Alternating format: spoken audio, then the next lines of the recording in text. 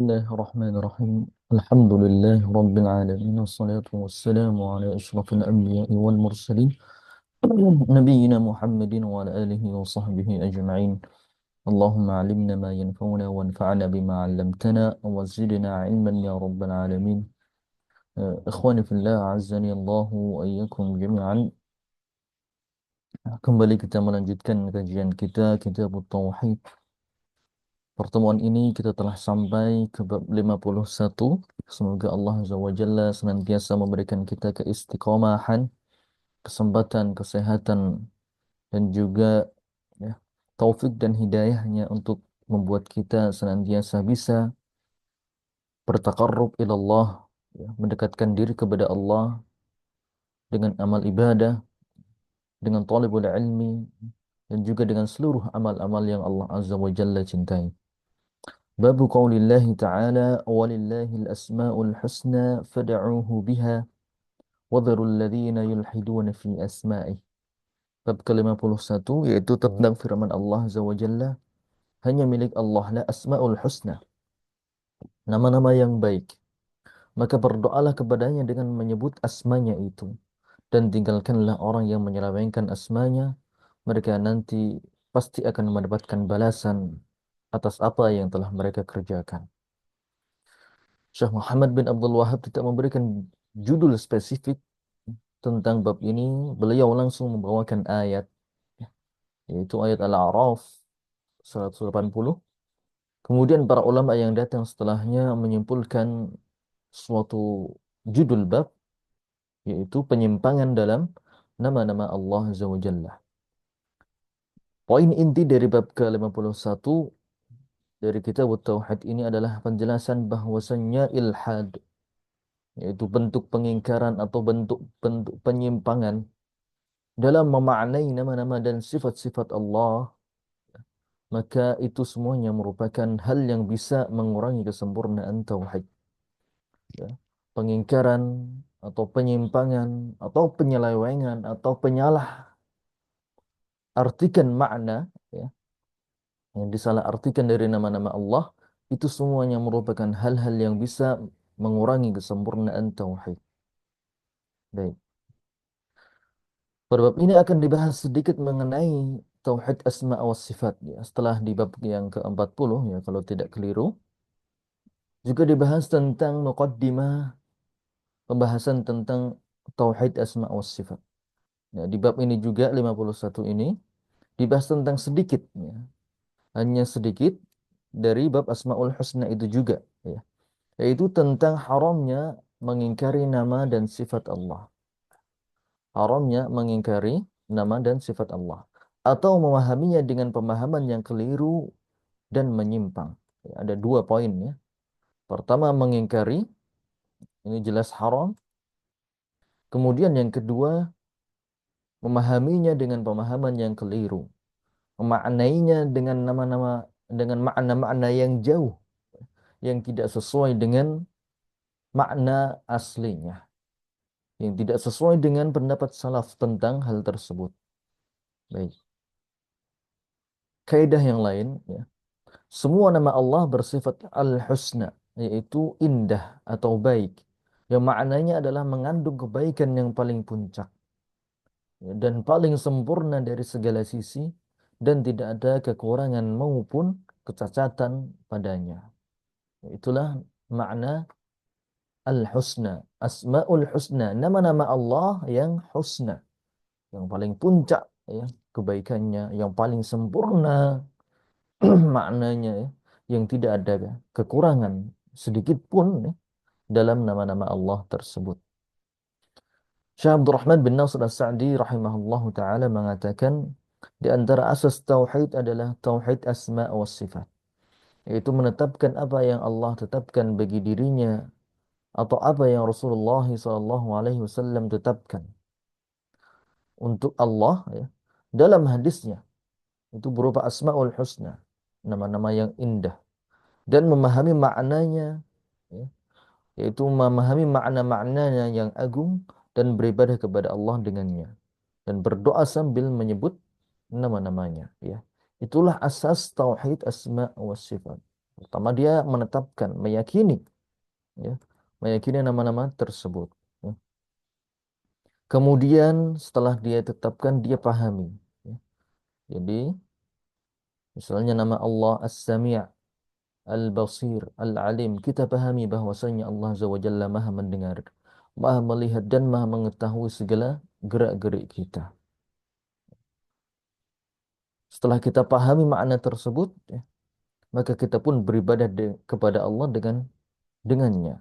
Artinya kita mengamalkan konsekuensi dari pengetahuan kita akan nama Allah tersebut.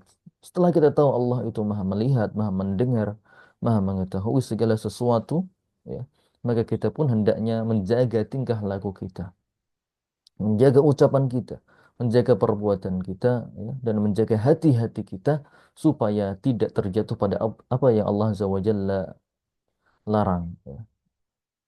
Kemudian dan yang keempat adalah berdoa sambil menyebut nama-namanya. Ini, ya, berdoa kepada Allah sambil menyebut nama-namanya. Inilah empat poin penting dalam kita beriman kepada nama-nama Allah dan juga sifat-sifatnya. Ya. Itulah asas tauhid asma wa sifat. Ada 4 poin. Ya. Kita menetapkan, meyakini, mengimani. Kemudian yang kedua kita pahami dengan pemahaman yang sahih. Dan yang ketiga, kita beribadah atau kita mengamalkan konsekuensinya. Dan yang keempat, kita pun berdoa, ya, dengan menyebut nama Allah. Seperti doa, Ya Sami', Ya Al-Alim, ya, Ya Muallima Adam, ya wahai zat yang mengajarkan Adam dan Ibrahim, alimni, ajarkan juga kepadaku. Ya, Ya Razzaq, urzuqni, wahai yang memberikan rizki, berikanlah rizki kepadaku. Ya.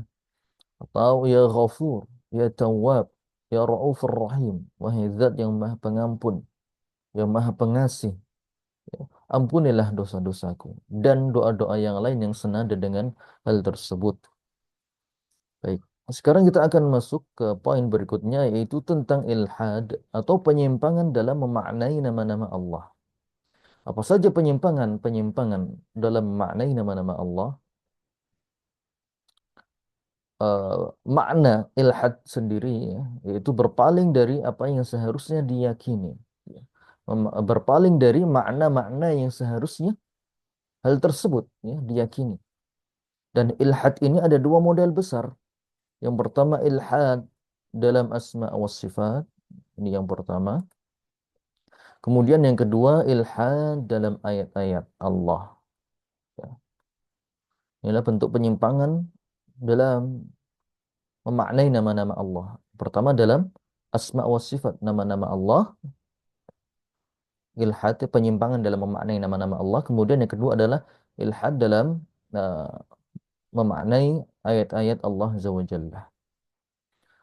Baik, poin yang pertama yaitu ilhad dalam asma wa sifat ini pun ada beberapa macam. Yang pertama adalah mengingkari semua nama-nama Allah atau sebagiannya, seperti kelompok Jahmiyah yang mengatakan Allah tidak memiliki nama dan juga tidak pula memiliki sifat. Ya. Itu adalah kelompok Jahmiyah. Baik. Kemudian model yang kedua yaitu menetapkan nama-nama Allah namun mengingkari sifat-sifat Allah. Ya.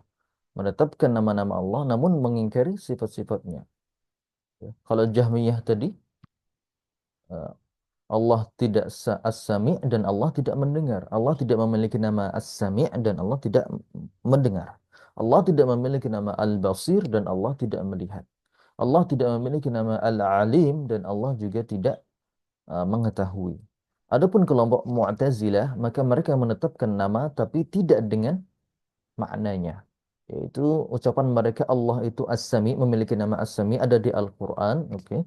Kemudian mereka mengatakan, namun Allah itu tidak mendengar. Ya. Atau ucapan mereka, Allah itu Al-Basir. Ya. Allah itu Al-Basir. Namun ya, Allah tidak melihat. Allah itu Al-Alim, namun Allah tidak mengilmui, tidak mengetahui. Ya. Itu adalah pendapat Mu'tazilah. Ya.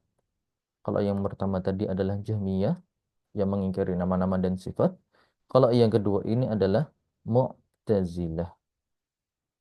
Baik. Kemudian model macam yang ketiga yaitu menjadikan nama-nama Allah sebagai tasbih, penyerupaan dengan makhluk, seperti kelompok mumatsilah, ya. Kelompok mumatsilah, ya,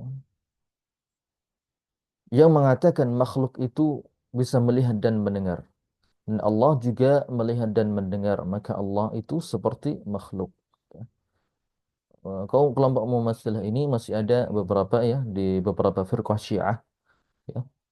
Beberapa firqah dari Syiah mereka menyamakan Allah Azza wa Jalla dengan makhluk atau mungkin ya kebalikannya mereka menyamakan makhluk dengan Allah Azza wa Jalla. Baik, ya. Itu mumatsilah, menyerupakan Allah dengan makhluk.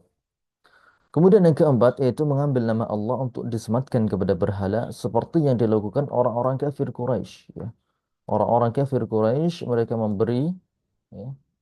mereka memberi nama patung mereka Uzza, ya, yang diambil dari kata Al-Aziz. Mereka punya patung diberi nama Latta yang diambil dari kata Al-Ilah. Mereka memberi nama patung Manat yang diambil dari kata Al-Mannan, ya. Itu mereka selewengkan nama-nama Allah, ya, kemudian disematkan kepada berhala-berhala mereka, ya. Baik. Ini hukumnya juga merupakan perbuatan kufur, ya, perbuatan kufur. Baik, yang kelima adalah menamai Allah dengan nama-nama yang tidak pernah Allah kabarkan dan tidak pernah Allah tetapkan nama-nama tersebut, ya. Seperti ucapan Nasrani, ya. Ini ucapan Nasrani, Allah itu Tuhan Bapa atau satu dari tiga atau tiga dari satu, ya. Kemudian juga yang dilakukan oleh kaum filsuf, ya, yang menyebut Allah dengan kausalitas prima atau ilah fa'al atau akil fa'al dan yang semacamnya, ya. Nama-nama yang tidak pernah disebutkan dalam Al-Quran maupun Al-Hadis. Ada yang nama-nama yang memang bisa merupakan kekufuran dan juga ada yang tidak, ya. Seperti ucapan orang Nasrani ini, Allah ini Tuhan Bapa atau satu dari tiga atau tiga dari satu, maka ini merupakan ucapan kufur, keyakinan kufur. Tapi kalau kaum filsuf yang mengatakan kausalitas prima atau ilahun fa'al atau akil fa'al, maka ini merupakan pernyataan yang ambigu, ya, yang ambigu. Mereka menyatakan ada, ya, pencipta pertama, namun mereka tidak mengakui itu adalah Allah, ya. Mereka hanya mengatakan adanya pencipta pertama saja, ya. Jadi apakah mereka kafir, ya? Untuk pernyataan mereka sendiri, maka ini perlu diperjelas. Apabila ini mengarah kepada Allah, maka itu ya adalah poinnya, adalah kebenaran.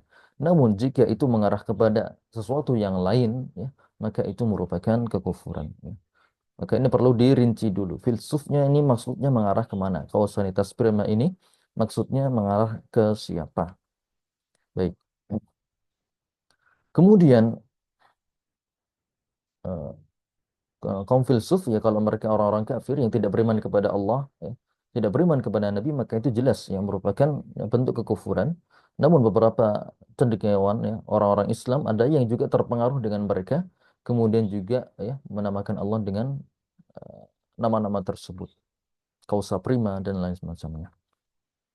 Baik, kemudian poin yang kedua adalah ilhad dalam ayat-ayat Allah, ya. Model penyimpangan yang kedua adalah ilhad dalam ayat-ayat Allah dan ini pun juga ada dua jenis. Yang pertama yaitu ilhad penyimpangan dalam ayat-ayat syar'iyyah, yaitu ayat-ayat Al-Qur'an seperti ucapan Al-Qur'an itu adalah makhluk. Maka ini merupakan ucapan-ucapan kufur, ya, yang jelas ya, merupakan bentuk kekufuran dan ini ucapan yang masyhur ya di eranya Imam Ahmad bin Hambal yang banyak manusia tergelincir kepadanya, banyak orang-orang yang firqah-firqah sesat yang kemudian ya mengompor-ngompori pemerintah untuk memiliki keyakinan tersebut yang berujung kepada fitnatul khalqil Quran, fitnah ya, tentang ucapan makhluknya Al-Quran.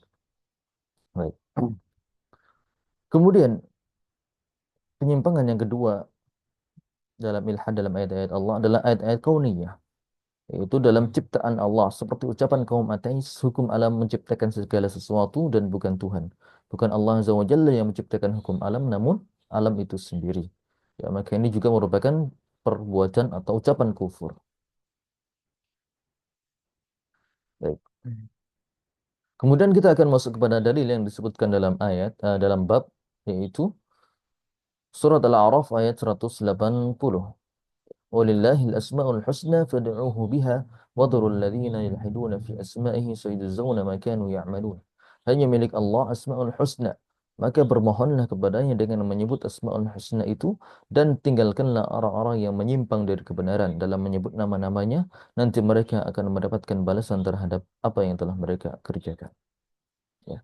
Allah katakan wadharil ladzina yulhiduna fi asma'ihi, dan tinggalkanlah orang yang menyimpang dari kebenaran dalam menyebut namanya. Itu tinggalkan mereka sebagai bentuk penghinaan untuk mereka. Dan penghinaan tersebut merupakan dalil akan celaan bagi ucapan dan keyakinan mereka, juga menunjukkan akan batilnya ucapan dan keyakinan mereka tersebut. Kemudian pada sisi yang berikutnya Allah katakan sayudzawna ma kanu ya'malun. Nanti mereka akan mendapatkan balasan terhadap apa yang telah mereka kerjakan. Dan ini juga merupakan ancaman keras bagi siapa saja yang menyimpang dalam hal asma wa sifat, ya.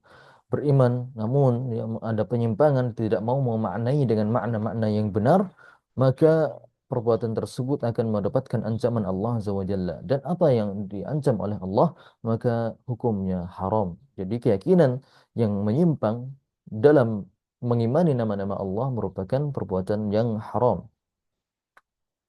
Baik, kemudian Syekh Muhammad bin Abdul Wahab membawakan tiga athar, ya, pendapat para salaf yang menafsirkan ayat tersebut.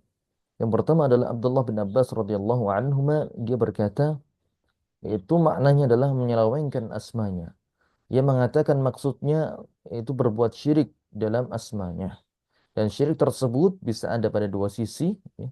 Yaitu yang pertama menyamakan Allah dengan makhluk, atau yang kedua menyematkan nama-nama Allah untuk berhala-berhala mereka.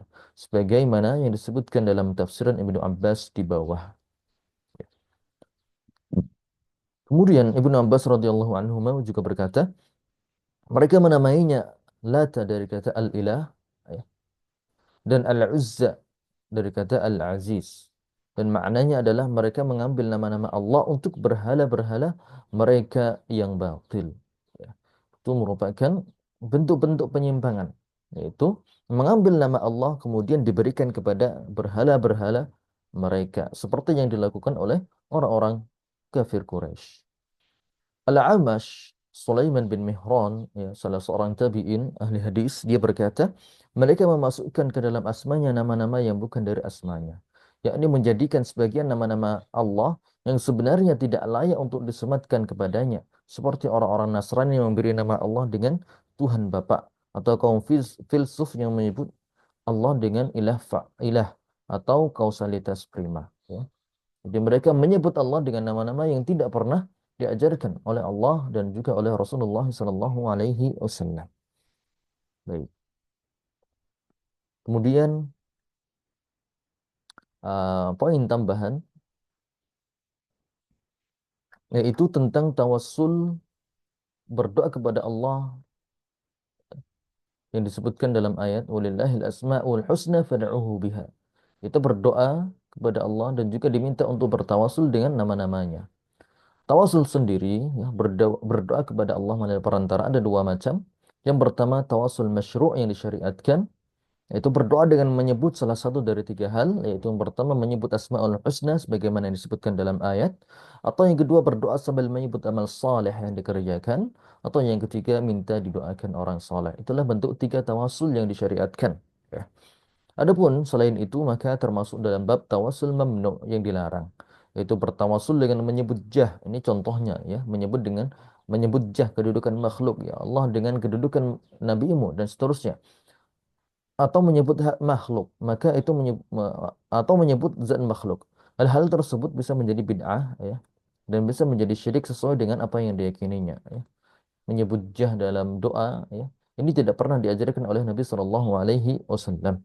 Maka para ulama, ya, seperti Syekh Muhammad bin Shalih Al Utsaimin rahimahullah menyatakan itu merupakan perbuatan bid'ah yang tidak pernah diajarkan, ya.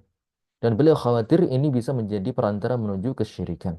Maka beliau melarang, ya, dan juga banyak ulama yang melarang untuk menyebut jah, ya, bertawasul dengan jah Nabi ataupun dengan jah-jah kedudukan makhluk dari ulama-ulama yang lain.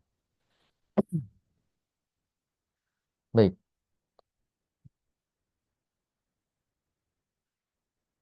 Tatimah, Allah Azza wa Jalla mengancam siapa saja yang menyelewengkan ayat-ayatnya sebagaimana firman Allah Azza wa Jalla, "Innal ladzina yulhiduna fi ayatina la yakhfawna, afaman yulqa fin nari khairun amman ya'ti aminan yawmal qiyamah, i'malu ma syi'tum innahu bima ta'maluna basir."